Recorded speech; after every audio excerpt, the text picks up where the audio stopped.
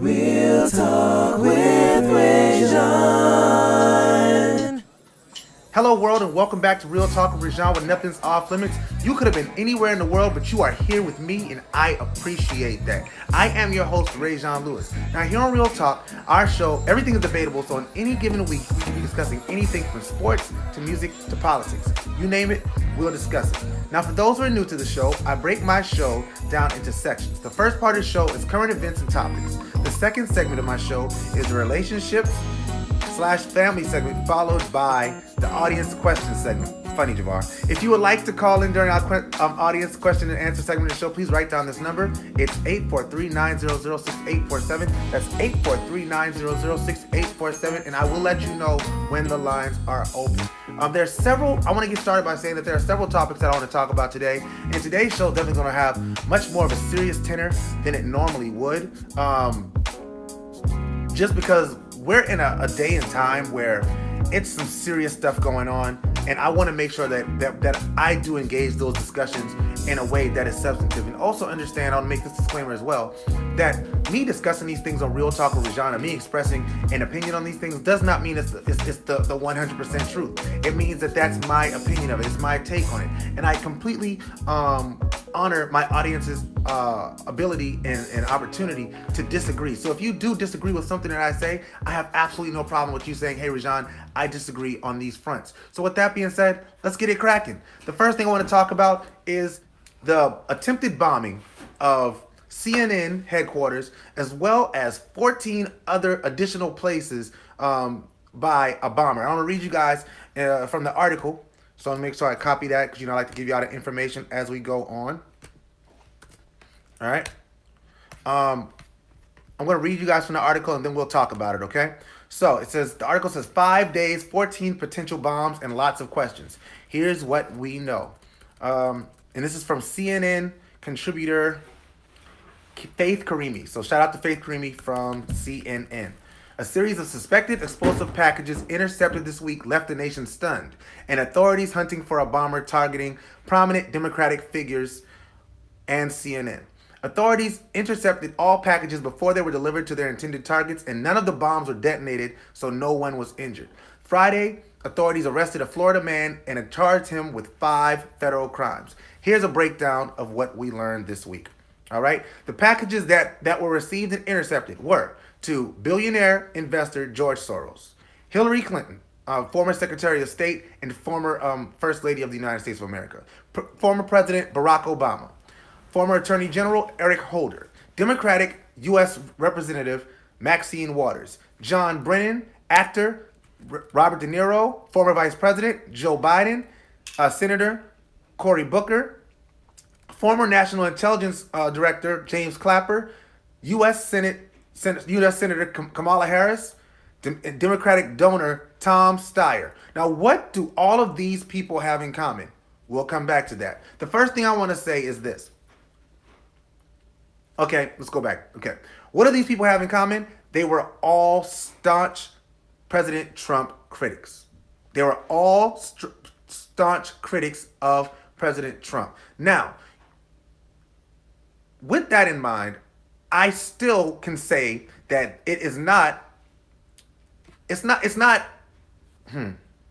think it's irresponsible to say that this is President Trump's fault totally. I think that's this person, Cesar Sayoc, who's 58 of Adventura, Florida, who was arrested Friday on Plantation about 20 miles from his home. He was arrested 20 miles from his home. Now, this man was living out of his van. Apparently, he was 56 years old and living with his parents, was kicked out of his parents' home, and ended up living in his van where he made the bombs and set this conspiracy to bomb all these places into motion. Okay, so that's the problem. So let's first talk about the fact that, and I'll go back to the number. The number is 843-900-6847. That's 843-900-6847, and I will open the lines. I will let you know when the lines are open. This gentleman decided to make these bombs, and that's completely on him that he decided to do it. I think to lay it at the doorstep of President Trump and saying it's his fault that it happened, and I've heard many people make those allegations that it is President Trump's fault, is It's a bit nearsighted. It's a bit myopic. It's a bit nearsighted, and I'll tell you why it's nearsighted. It's nearsighted because of the fact that, do I believe that it's possible that the rhetoric that President Trump uses in his campaign rallies and the rhetoric that he is entirely too comfortable with from his fan base sets an environment and sets a tone for our nation that is irresponsible and he needs to shut it down? I definitely do. I, with my whole heart, believe that he should be shutting this down completely anytime it shows its face. Anytime he shows his face. 6847. 6847. Sorry. I absolutely believe that it is his responsibility to say, if nothing else, listen, if you are an out and out racist, if you are someone who would threaten to harm someone in my name, if you are someone who, like, he should let these people know I'm not with you. He has to let them know that, because my argument against President Trump from the beginning has never been that President Trump is racist. I think President Trump's fan base thinks he's racist, and he's cool with that. And that's not all of them. That's not all of them, but that is a good bit of them. It's enough of them that the people in Charlottesville were heavily, if we were to do a cross section between those people that were in Charlottesville, Virginia, for the Unite the Right rally, for these people who are the alt-right party, and we did a cross-check between voters in the election, I think we would find that a vast majority, if not 99.9% of those people voted for President Trump, which lets you know and lets me know that they believe that President Trump is on their side. And for the President of the United States to have people like that thinking that he is on their side is completely wrong. Now, I want to go to this point as well, because I heard I was speaking to somebody in a chat once on a thread on Facebook, and he mentioned that he believed that President Barack Obama was one of the most divisive presidents of all time, which is another discussion for another day. But I will tell you this. If one of the things that President Barack Obama gets criticized more in the black community for than anything else is the fact that in many situations, he did not identify when the Black Lives Matter thing happened. He did not come out and outright back those people. In fact, he made statements that some people thought was against those movements. So it's really hard to say that, oh, well, President Barack Obama did the same thing. He did not. That's another issue right there. All right. Let me get some comments. It says, Elvin says he encourages that they do it in his name. And I will come to that point. He doesn't even have plausible deniability to lean on. Words can be powerful, silence even more so. I believe so. And then it says, Elvin says, Trump never talks bad about them. He encouraged them. He blames the media and Democrats. I will also say this. If we look at all the way from when President Trump was on the campaign trail to his most recent rally, President Trump has targeted the media.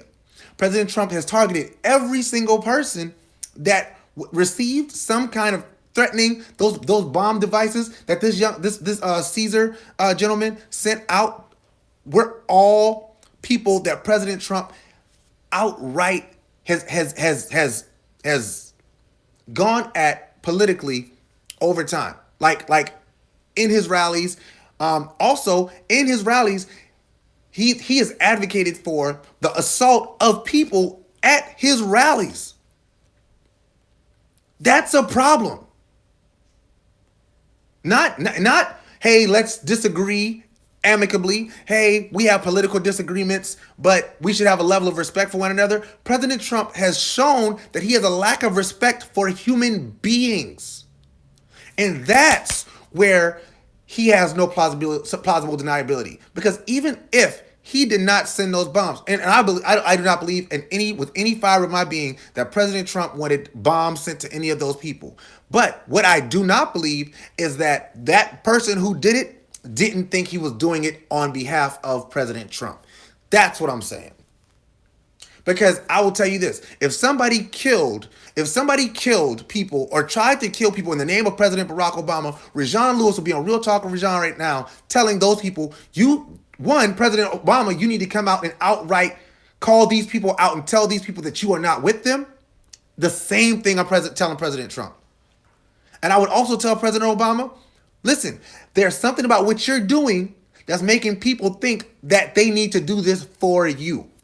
And that's the question that we have to ask ourselves. What is President Trump saying that is making people think that these are the things that he wants done in his name?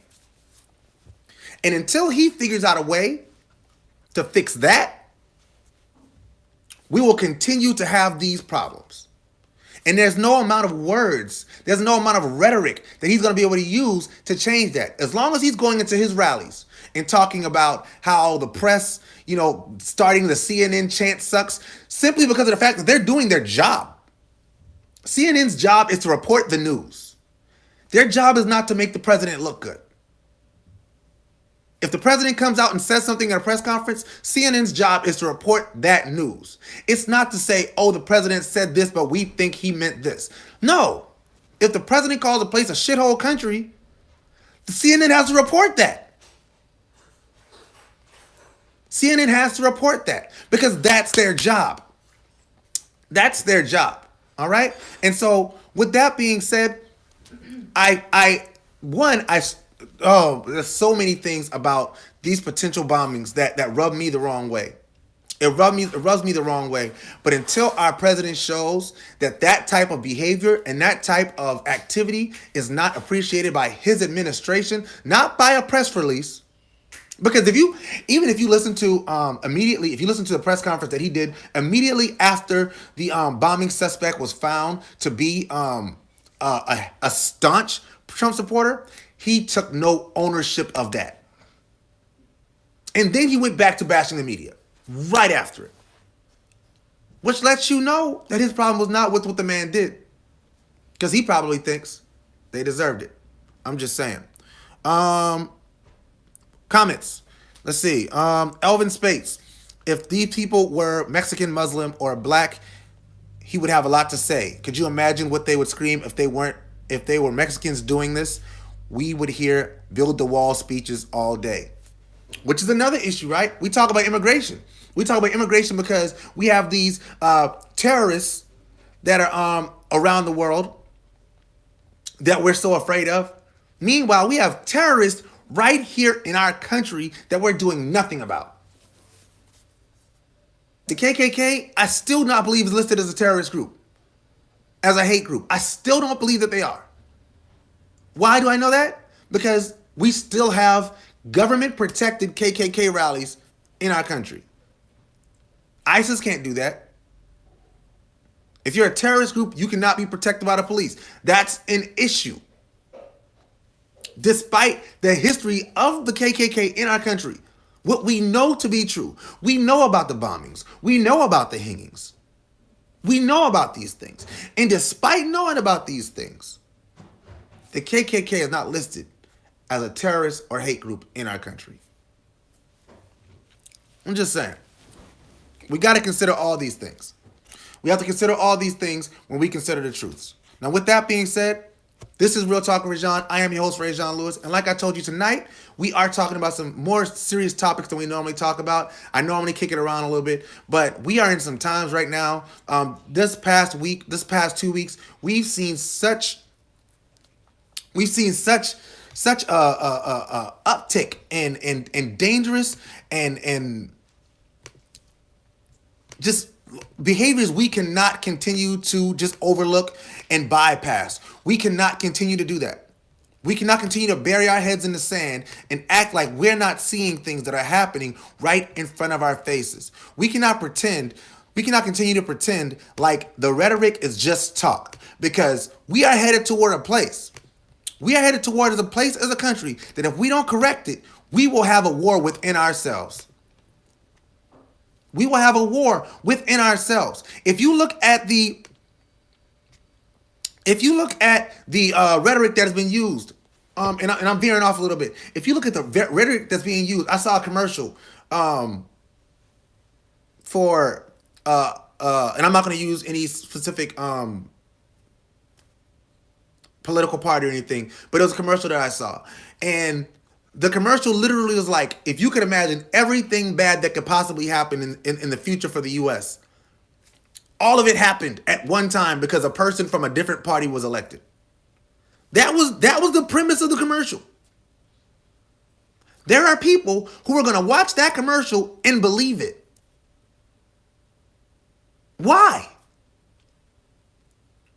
Why? Why can't I say, as a political, as a person who's running for office, why can't I say these are the issues that I stand on? These are the issues that I care about. These are the issues that you should be voting on. These are the issues that you should care about. And then say, vote for me because I am in your corner. I am here for you. Like, it made it seem like everything was gonna happen. Like, they were gonna come in your house and take your guns, and then they were gonna take away your health care, and then they were gonna take away your social security, and then it was like all these dooming wars all throughout the world, famine. What does any of this have to do with me voting for you? Why can't we just talk about the issues? This is where our country is lost. I won't say this is why our country is lost, because our country is lost in many ways. And it has a lot more to do than just the political climate. But I'm telling you that this partisanship, this separation, this segregation by party is ruining what America is supposed to be. Completely. I am a registered Democrat. But if I look at a poll, if I go to the voting polls and I see a person on that is speaking to my concerns as a United States citizen, as a citizen of my local area, a citizen of my local county, my citizen of my state, of my city, whatever, I will vote for that person, Democrat, Republican, or Independent. I will I hate that people think that I guess that's the truth. I guess that's what gets you votes. And I think that's the sad part. That is the sad part. And until we change that and start thinking about these issues that we are voting on, then our country will be in the place that it is, and it's not going to move. We're going to have crazy people who are willing to send pipe bombs in the name of somebody that they support, to kill the people that critique and criticize the people that they support. And those will be the people that decide how our country is run. We can't have that be the case. I speak about voting, but I want us to be educated voters. And watching a commercial where somebody uses derogatory language and defamatory language and inflammatory language, that's not the way. And I hope to see us move forward from that. I hope to see that day. All right. With that being said, I'm going to move on to my next story. This is Real Talk with ReZsaun. I am your host, ReZsaun. Thank you guys so much for watching. If this is your first time watching, thank you so much. I appreciate your support. I do this show every Wednesday night from 7 to 8 o'clock. And I normally cover sports, music, politics. You name it, we discussed it. The last month or so, I haven't been able to do a whole lot of sports and music just because the political climate is such right now leading up to the election that really there's no space, there's no room to discuss anything else with any substance. There's no way to do that. There's no way to have those discussions right now. I cannot sit here and tell you about what happened in the NBA last night when we have people shooting up synagogues, which is our next topic. Pittsburgh shooting. All right, Pittsburgh shooting. And this story is coming from the New York Times. I'm going to go ahead and post it for you guys. All right, what's up? Thank you, everybody who's watching. Thank you so much. I see you, Kenya. What's going on, hey, Glenn? How you doing? Greg Perry Sr. What up, Greg? I saw you yesterday, man. I wish you all the luck in the world, man. I really, really do. Story from the New York Times. And the story is titled, 11 Killed in Synagogue Massacre, Suspect Charged with 29 Counts. So apparently he got out of there alive. By Campbell Robertson, Christopher Mele, and Sabrina Tavernisi. I hope I pronounced their name correctly, of the New York Times. All right. I'm going to start out I'm going to read out the article and then we'll go from there. It's in Pittsburgh, October 27th, 2018. Armed with an AR-15 style assault rifle and at least 3 handguns, a man shouting anti-Semitic slurs opened fire inside a Pittsburgh synagogue Saturday morning, killing at least 11 congregants and wounding 4 police officers and 2 others, the authorities said.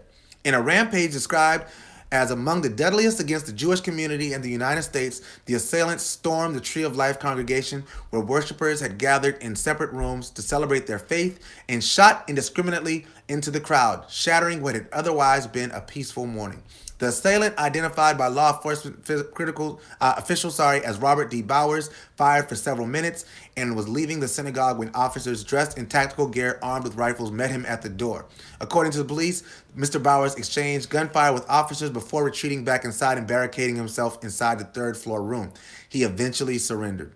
Mr. Bowers, 46, was injured by gunfire, although the authorities said it was unclear whether those wounds were self-inflicted or whether the police had shot him. He was in stable condition Saturday at the University of Pittsburgh Medical Center. And again, this man was arrested alive and found with an AR style 15 and at least 3 handguns. He killed 11 people. He killed 11 people. Yeah. So first of all, let's just pause right there. Let's pause right there. Because we're living in a world where you can't go to church. You can't go to your synagogue. You can't go to your mosque. You can't go to your temple.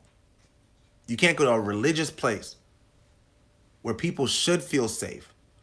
People should feel free without worrying about a mass shooting. Kids can't go to school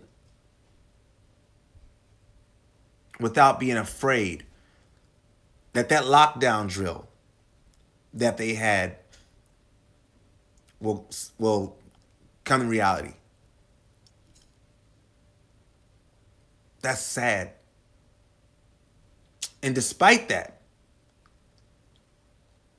our political leaders still refuse to enact gun control legislation to make it harder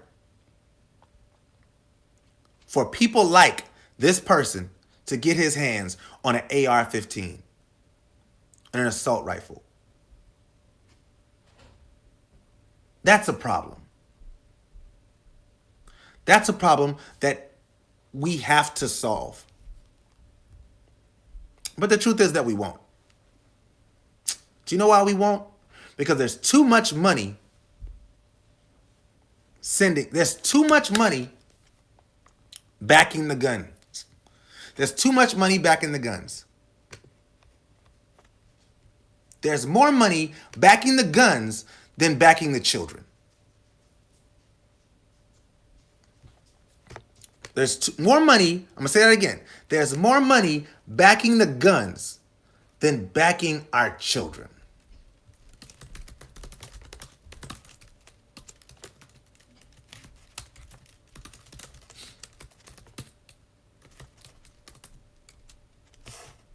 Now that's without even talking about the fact that I'm not going to go there yet. I will get there, Elvin, trust me. I will get there, but I'm not going to go there yet. I saw a commercial for Palmetto Armory. And the guy said, I don't know if he was the owner or if he just ran it. He said he wanted to make sure that he made as many assault rifles as he possibly could. Because every time he makes an assault rifle, he thinks he's making freedom. Question: how much freedom has been gained by assault rifles so far?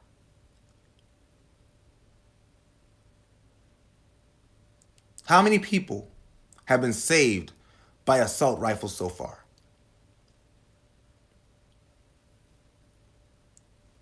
How many people have benefited from civilians having assault rifles so far? I'd tell you none. If you're in the military and you're in a war, I can understand having an assault rifle. That is the list. If you're a police officer and you're in the SWAT team, I can understand having an assault rifle. Though I don't think you should need an assault rifle as a police officer. Just saying. But if a police officer has an assault rifle, I have no problem with it. If you're a hunter, what do you need an assault rifle for? Hunting with an assault rifle is not a skill. It doesn't take talent to hunt with an assault rifle. I could give my son an assault rifle and he could hunt with an assault hunt. That's not a skill. That doesn't show talent. That's not sport. So these people who want assault rifles, you're not protecting your home with an assault rifle. You can protect your home with a shotgun. The same thing you can do with an assault rifle, you can do with a shotgun. You do not need an automatic weapon to protect your home. You do not need an automatic weapon to protect your family. So when people stand up and say things like, when I make an assault rifle to sell to civilians, I think I'm making freedom. No. No, my friend, you're not. You're not. And I think that it's sad that you think that you are. I would never advocate for, nor would I suggest the repealing of the Second Amendment. I understand why the Second Amendment was created, and I understand why it's important to people. I understand that.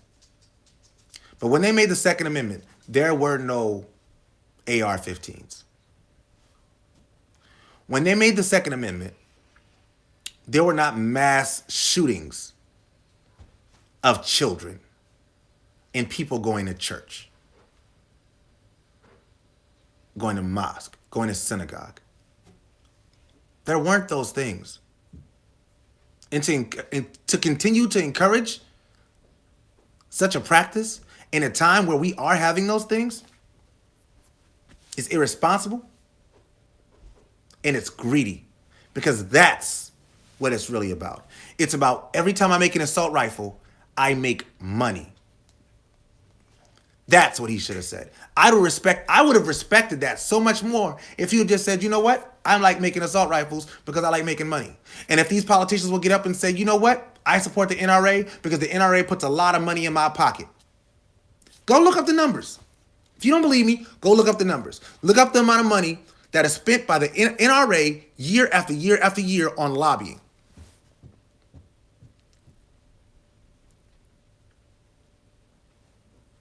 Iris Wilson. Racial killings in Missouri a couple of days ago is also troubling because in addition to the 2 random killings at Kroger, the suspect actually tried to enter a black church. Thankfully, none of the 7 to 8 members opened the door. Praise God. I mean, I hate that. Still lost 2 people though. In Kroger. Somebody tell me. Where did the AR rifles step in to protect these people? Where did the automatic weapons save these people? But I know what you're thinking. Well, if those people had guns, then they would have been protected because they could have shot back. No, those people have guns. They shoot back in Kroger, and now you have a lot more innocent people dying. We got to think about these things. We have to think about the way we're talking about these things.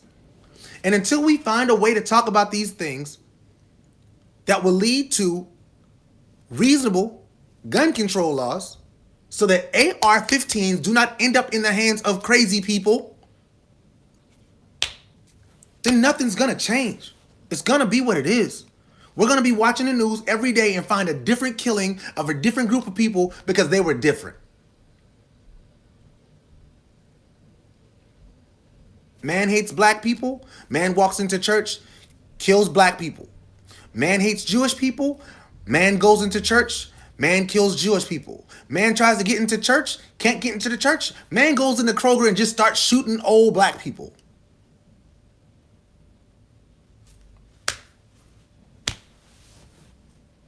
When do we change it? When do we say enough is enough? Who has to die? Who has to die for us to decide that we have to do something. Again, I have very little faith that anything's going to change with this one, though. Simply because of the fact that more money is spent on lobbying for guns to have no gun control by the NRA than in any other group, period. So, with that being said, if I ever do decide to run for office, I promise you, gun control legislation will be at the top of my list of things to worry about, because our children should not have to go into schools fearing that lockdown drill is going to become real that day. That's not good enough. It's not good enough. And with that being said, I'm going to move on to my next topic. All right? I want to move on to my next topic. And for those who are new, this is Real Talk with ReZsaun. I am your host, ReZsaun Lewis, and I do this show every Sunday night from 7 to 8 o'clock. With every other Sunday night now. I'm trying not to do it every Sunday night because I want to do Sunday dinners with my family and stuff. But this is Real Talk with ReZsaun. I am the host, ReZsaun Lewis. I love doing the show. There's something that I've been doing this way for about a year now. For those who normally watch the show and you notice that the background is different, I'm using my normal local celebrity spotlight area because my stuff was still downstairs and I didn't move it upstairs, so I had to get it done in a pinch. Shout out to my wife, Latoya Lewis, who designed this beautiful space. LA Interiors. See, you get a free commercial. I'm sorry, Lewis Interiors. LA Inspires. If you don't follow her yet, you should be. She gives great designing tips. With that being said, I want to transition to another topic. Which is very important. It's very important. And if you guys could please share this out, I greatly appreciate it, because this is a topic that is becoming more and more evident to me as time goes on. More and more evident to me as time goes on. And I want to share this out again with you guys so that we can have this discussion, because it needs to be had. And I want to start with stories. Let me share this out first.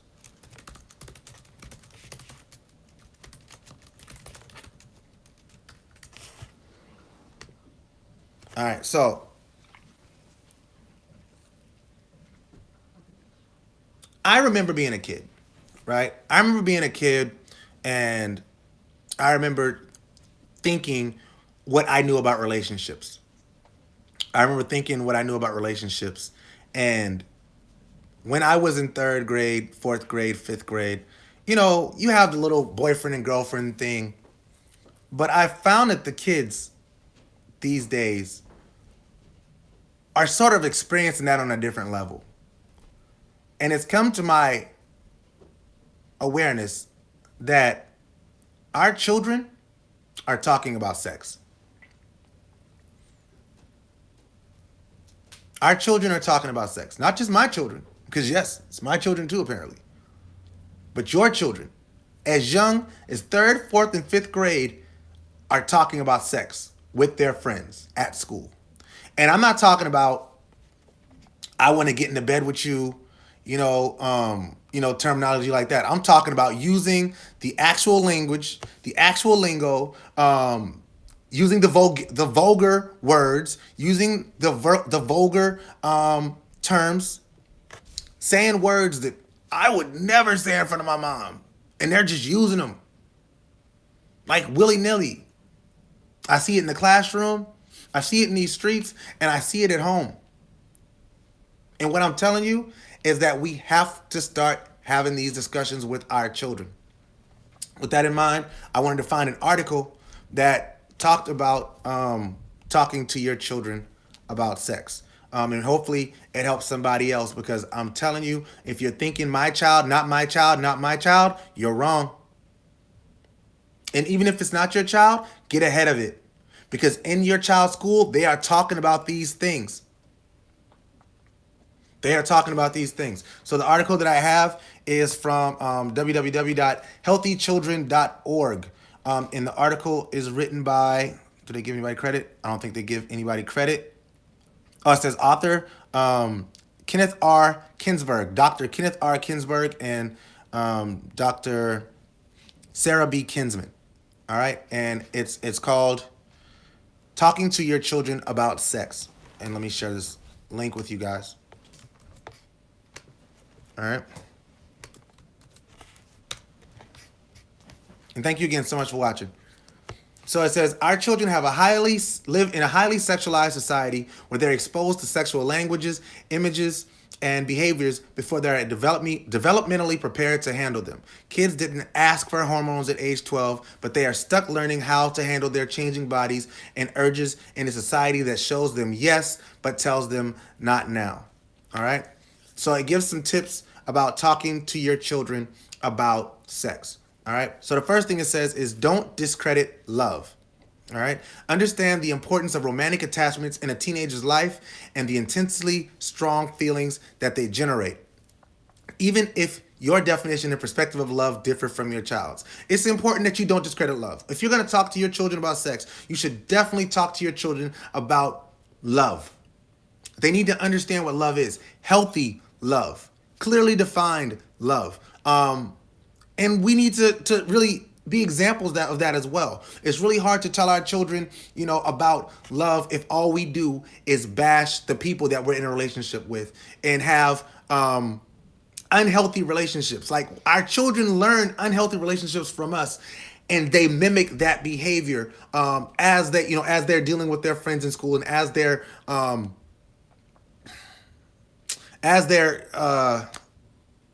growing and developing. These are things that they see and these are things that they learn. So when you're talking to your kids about sex, you definitely want to talk to them about love, what love is, and things of that nature. It says, do not abstain from educating your own children. If you don't educate them, someone else will. They learn from behaviors and attitudes modeled by other adults and from the media and popular culture, and certainly from peers. Stand up and let your own views be counted as part of their sex education. I say it this way. If you don't talk to your kids, other kids will. If you don't talk to your kids, other kids will. There's some little boy or little girl at your child's school who has absolutely no issue talking to your child about sex. Trust me. Trust me. I've seen it. I've heard it. As a fifth grade teacher, I can tell you, I've seen it. I've heard it. Your children in fifth grade are talking about sex. You get to them first. Don't think, well, I'm going to shield my child from this because we're so holy and we go to church. So, don't assume that. Do not make assumptions about your children. Okay? They're not growing up in the world that we grew up in. We didn't grow up in a world where you can just type something into a website and all this stuff pop up. That stuff leads to confusion in our children. It leads to premature experimentation with sex and with these things. Like, if we turn a blind eye, our children will continue to make these kinds of decisions on their own. Because once they start talking about sex, what's the next step? What's the next step? All right? Continuing on from talking to your children about sex. Talk about sex early and often. They don't always hear you. They may not always believe you. They don't often remember, especially if they weren't ready to hear you. But they are often listening when they are pretending not to be. All right? I think that's pretty self-explanatory. It says talk about sex early and often. I think talk about sex early is a good thing. Talking about sex with your children. I know with our children, we started having we try to bits and pieces it with them as they got older. But even with that, there's still things that happen. You know what I mean? So make sure that they know that the door is open to talk to you. They need to understand that the door is open to talk to you. They need to know if I'm experiencing something, if I'm having certain feelings, if I'm thinking about certain things, I can go to my mom, I can go to my dad, I can go to somebody that's a trusted adult to talk about these things. Because they're gonna talk, okay? Let's see. Avoid sexuality conversations that are all don'ts. Parents often recount that they speak to their teens often about sex, yet generally those conversations are all about the don'ts. Don't have sex. Don't get pregnant. Don't get a disease. All right? It's don't. But what gets left out are the do's. What can they do to be sexually healthy with a partner that they care about? How can they decide whether a partner is interested in them as a person or just as a potential sex partner? What can they do? What ways can they address or peer or partner pressure to be sexual when they don't feel they are ready? These topics need to be part and parcel of any discussion of healthy sexuality. Give them something they can do. We can't, and of course, this goes back to the discussion about, the schools only teaching about abstinence. Yeah, let's talk to kids only about abstinence and let's not talk to them about sex, actual sex. Yeah, let's do that. Do you know what happens then? Teen pregnancy rates shoot up. Teen STD rates shoot up. That's what happens there. Okay? We have to find a substantive way to talk to our children about sex without hitting all the don'ts. We know if you get pregnant, like if you have sex, it's a possibility you're going to get pregnant. We tell kids that, cool, got to do it. But let's give them the game. Hey, if this person is talking to you like this way, that way, chances are they only want to have sex with you. You need to understand that. You need to understand how to separate the people who are really into you long term from the people who are just trying to have sex with you. You have to be able to do that. If you can't do that, it's really, if you can't have that discussion with them, it's just don't have sex. Well, we know kids, don't we? We were once kids, right?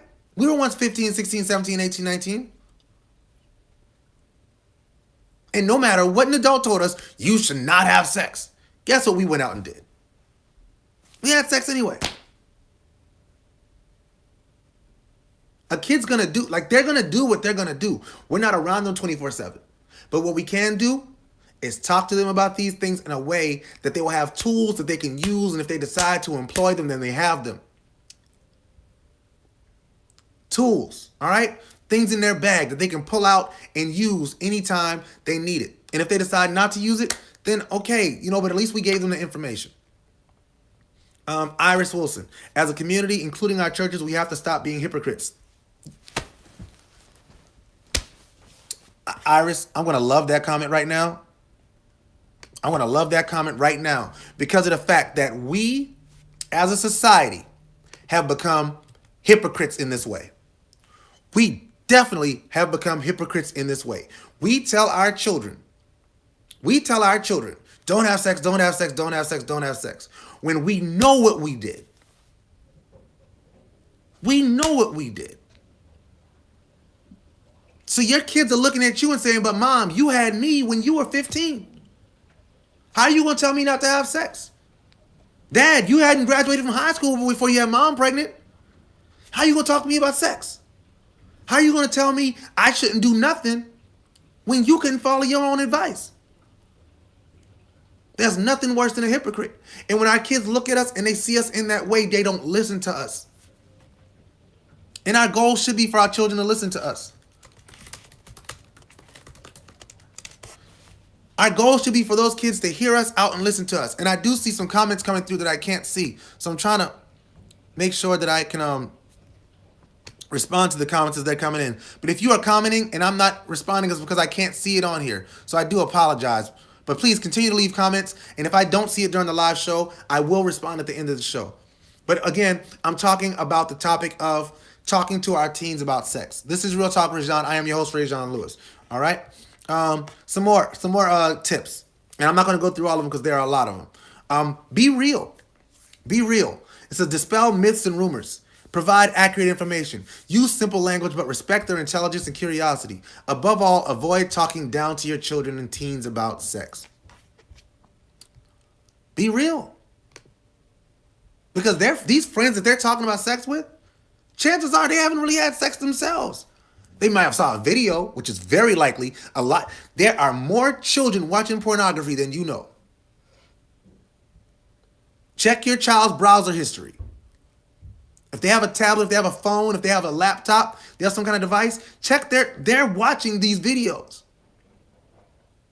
Even if they're not watching outright pornography, they're watching porn-like things on YouTube. Watch that YouTube thing. There are things for our kids, parents of younger kids. There are certain videos on YouTube that you will think may be like a Spider-Man video or a doll video, and it turns out to be some kind of older pervert talking about sex to these young kids. It's out there. Talk to your kids about the things that they're watching and give them the real. They're talking to their friends about sex. Ask them what their friends told them. And then provide accurate information. Don't just say, you're not young enough, when you get older, we'll talk. You're not old enough, when you get older, we'll talk about this. We can't do that. We can't do that. We have to be willing to engage them in these conversations. All right? I want to scroll down some more and just get some really good ones. This is a good one. Teaching kids about sex doesn't mean parenting without values. I'm going to say that again. Teaching kids about sex doesn't mean parenting without values. Acknowledging sexuality is not the same as condoning or giving permission to have sex. Helping their children understand what sexual thoughts and feelings are. Helping their children understand that having sexual thoughts and feelings are normal gives parents the opportunity to follow up with conversations about how and what to be and from what to be abstinent, as well as how to regulate their impulses and urges. It opens the door to continued conversation about how to be safe and responsible when their adolescents begin to engage in intimate physical or sexual activities. You can't walk through a door that's not open. You cannot walk through a door that's not open. If you don't open the door for your children to come to you and say, hey, mom, hey, dad, I'm having this feeling. Hey, mom, hey, dad, my friend told me. Hey, mom, hey, dad, I saw this video, and they're going to try to hide it from you. And when they try to hide these things from you, that's when it gets dangerous. That's when it gets dangerous. That's when you start sneaking around.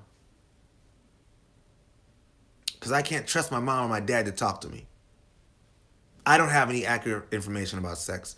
I don't know anything about sex. But my friends told me that this is what you're supposed to do.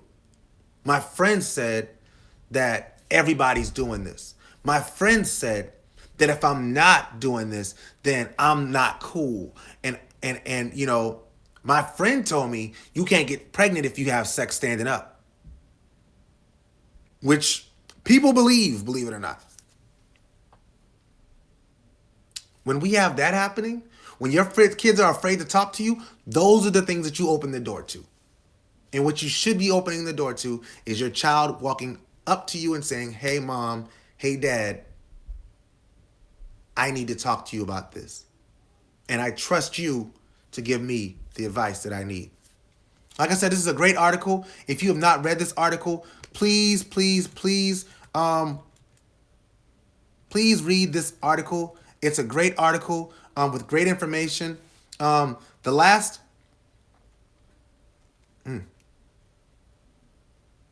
tip I want to give you is from one of the last tips that they give, and it says, find a surrogate. Find a surrogate. Talking about sex is difficult. When necessary, identify and encourage them to ask for help from other trusted adults. It doesn't always have to be you. So maybe you say to yourself, you know what? I would ruin this. I would do terribly if I talked to my kid about sex. I would not be beneficial to my child. I wouldn't provide any information that would be good, or I'd be too nervous, or, you know, I'm a prude and, you know, I don't want my kids to think that I advocate whatever. Find somebody that you trust to give your kid the real and send your kid to that person to talk. Call them, say, hey, him or her, hey, I want to talk to my child about sex. My child I know my child's watching pornography. I know my child's watching pornography, but I don't know how to address it. Find that person. Can you please go talk to my child for me about this, because I don't know where to start. And even if you don't open the door for that child to talk to you, that child at least knows they have an advocate. That's important. They need to know that somebody is willing to listen. Somebody cares enough to give them the time of day, to give them the real. That's where we build the bridges to make our young people more informed decision makers. Our children are making decisions without the information, and that's dangerous. That's dangerous in any walk of life. We have to give our children the real about relationships. Hold on, let me see. Let me see. Somebody's making some comments and I can't read them. Babe, can you go through and see the comments, please? Okay. I want to make sure I respond to the comments. There's a couple that I can't see, and they're popping up on my screen down here, but I can't see them out there. So It's something Richardson is making some comments. Apollo, he just said facts. Somebody with an M. I see Apollos. M? I think it's somebody who's not my friend who's making comments.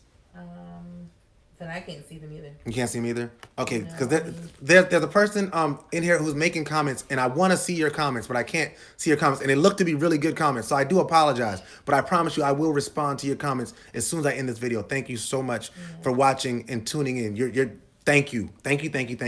And if you subscribe to Real Talk with ReZsaun, you will be able to tune in weekly. You'll know when I go live, and you'll be able to respond, and I'll be able to see your comments. Thank you so much for your comments. And that is where I'm going to end that segment, is just saying, please talk to your children if you're not already doing so. This is Real Talk with ReZsaun. I am the host, ReZsaun Lewis. Thank you so much for watching. I do this show every Sunday night from 7 to 8 o'clock. Sports, music, politics, you name it, we discuss it. Tonight, we took more of a serious tone, but I definitely am open to talking about anything that's going on in the world. Positive. Hey, Cuz Herm, I love you back. And I'm definitely open to talking to more positive and happy subjects. It's just that tonight we're in a place where, like I said, with the election coming up, it's had to take a more serious tone. With these shootings going on, these attempted bombings going on, it had to take a more serious tone to get these things out there tonight. But with that being said, I want to close with this. Separatism is killing our nation. Separatism is killing our nation. And Professor Damon Fordham was on my show a month ago, and he talked about the fact that about 150 years ago, even more, almost 200 years ago, our country went to war with itself. Our country went to war with itself. 150 years ago, right? Our country went to war with itself because we could not find common ground on issues. And we became sectionalized and segregated and separated to the point where we had a war within our own country. With that being said, there are definitely people on both sides who are radical. There are radical elements of the Democratic Party, and there are radical elements of the Republican Party. There are radical elements of people who don't vote as well, which I don't really talk about them a whole lot.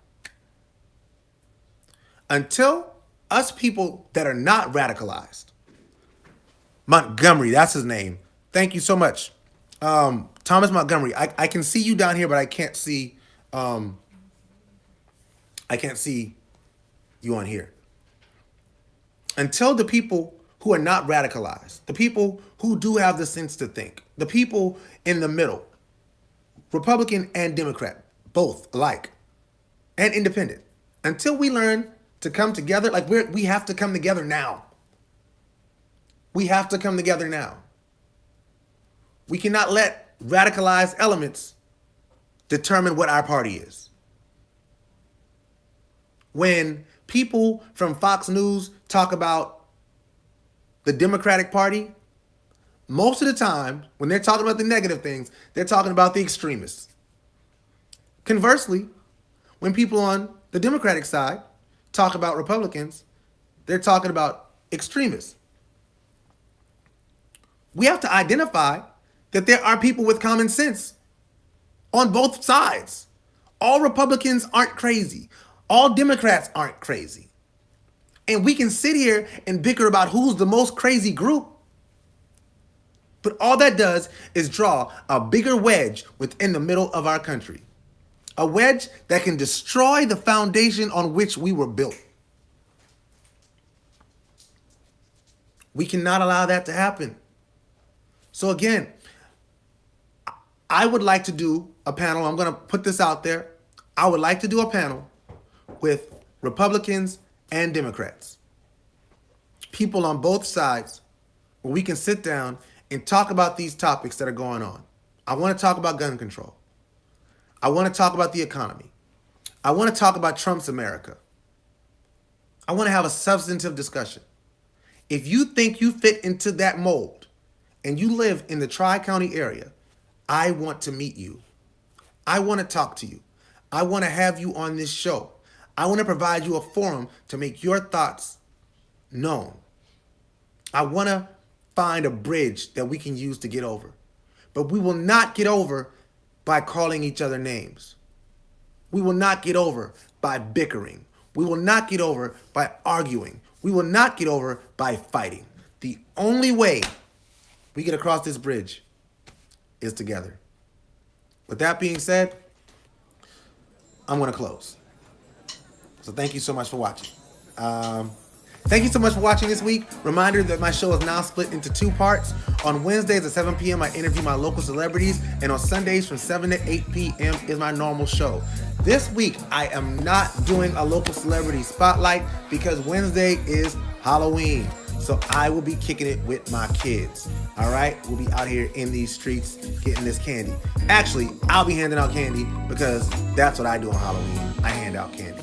But if you are doing something positive in the community that you would like a light shined on, please reach out to me on the Real Talk lines at 843-900-6847. That's 843-900-6847, or at realtalkwithReZsaun@gmail.com so that we can discuss getting you on the show. If you'd like to be made aware of when I go live, because sometimes it is unscheduled, please be sure to click on the follow tab on the page and turn on the notifications so that you will know when something new has been posted to the page. In the meantime, please follow me on social media to stay up to date on what's happening with Real Talk. On Twitter, I am at Real Talk ReZsaun. On YouTube, I am at Real Talk. On Twitter, I am at Real Talk ReZsaun. On Facebook, I am at Real Talk with ReZsaun. On YouTube, I am at Real Talk with ReZsaun. Please follow me on YouTube. Right now, I have 38 followers on YouTube, but I have like 500 followers on Facebook. So let's try to transition y'all some over to YouTube because I can use the views. Periscope, I am at Real Talk ReZsaun. On Instagram, I am at Real Talk ReZsaun. Feel free to leave comments, questions, or whatever else you'd like to say in the comment section or the message section. I love reading your message and getting the feedback, even if it's negative. If you watch the show and you're like, you know what? That dude's pretty dope. I love the show. Hey, message me. Hey, ReZsaun, I love the show, and here's why. If you watch the show and you're like, you know what? This guy's an idiot. I don't like that show. Message me and say, hey, ReZsaun, I hate your show. Tell me why. I want to know. I want to grow. And I can only do that through your support and through your help. I am currently accepting invitations for speaking engagements and event hosting opportunities. If you would like for me to speak at your event or host your event, you can request me through my Facebook page, or you can email me at realtalkwithReZsaun@gmail.com. Upcoming events, I do have the Spotlight Awards, which I will be hosting on November 17th. I am speaking at a banquet in North Charleston for a group whose name I can't remember right now, with Otto Riley in December 16th, I believe. And I'm speaking at the Community Career Day, January 14th in North Charleston. And January 17th, I'm not speaking North Charleston. January 17th, I'm speaking at the Boys to Men Fellowship Banquet. Let me talk about that too. January 17th, January is National Mentoring Month, and we are having our first, what's going to be an annual, but this is the first ever Boys to Mentors Banquet. What we're doing there is we are opening it up. We're going to have men bring a boy, all right, $35 per ticket. Men bring a boy, and we're going to have a night of positive mentorship, discussions, food. We're gonna have food. We have a catered meal from one of my favorite chefs, Dennis Green, who does a phenomenal job. And we're gonna be having discussions. We have panel discussions. I just talked to the panel today, so we have a mentorship panel talking about the importance of mentorship and the mentoring programs that are available in the area. Tickets are $35. I will put the link in the section below, but it's also on my page. Please, please, please, January 17th, we need your support. $35 a ticket. It's going to be a great event. You want to come check that out. Yeah, that's everything. In closing, always remember that if a man doesn't stand for something, he will fall for anything. Now, that's real talk. Get on, everybody. I appreciate you, appreciate you, appreciate you. Thank you so much for watching. Peace.